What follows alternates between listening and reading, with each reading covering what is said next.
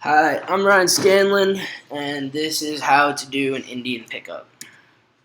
Here's a little background on me. I was born and raised in New England, grew up in a small town, Duxbury, Massachusetts, about 35 minutes south of Boston. Started playing lacrosse in second grade, so I've always had a pretty big passion for it, always been associated with it. And now that I'm older, I've had a grown a passion for PR, media, advertising, things like that. So I decided that I think this would be a good way to bridge the gap between those two and just bring them together. So my client this semester is the Rollins men's lacrosse team. We decided to choose this client because of the stereotypes that are associated with lacrosse players, and because the Rollins men's lacrosse team has been in a couple of scandals and players getting suspended. So we decided it'd be a good idea to list these three main objectives for them: to reinvent their image, to help promote the positive things they do on and off the field, and to increase the community's engagement and support of the team.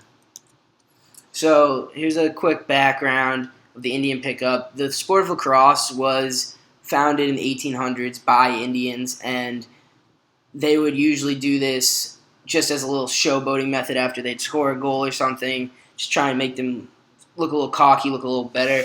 Um, Now it's mainly used by coaches and players after practice when they're just hanging around, shooting. Just a little fun thing to do. You can do it with one or two hands. If you do it with two hands, you look pretty cool. It's just a fun little trick that a lot of lacrosse players like to do. So I'm going to start with step one. It's just the equipment. All you need is a lacrosse stick, a lacrosse ball, and an open plot of grass. I say grass because it's much easier than doing on cement or concrete. The grass lifts the ball off the ground, so you can get under it easier when you do the motion and flicking the wrist, which I'll explain in the next step. So for second step is the actual action of it. You use the head of the stick and you hit it with the corner of the stick, as you see in the second photo, and then you flick your wrist over and catch it with the other side of the stick, as you see in the third photo.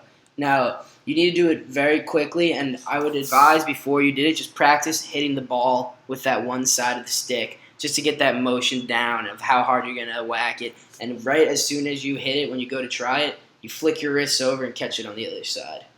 Um, Practice makes perfect. This definitely isn't the easiest thing to do. Practice with two hands first. Eventually, maybe you'll be able to teach yourself to do it with one hand.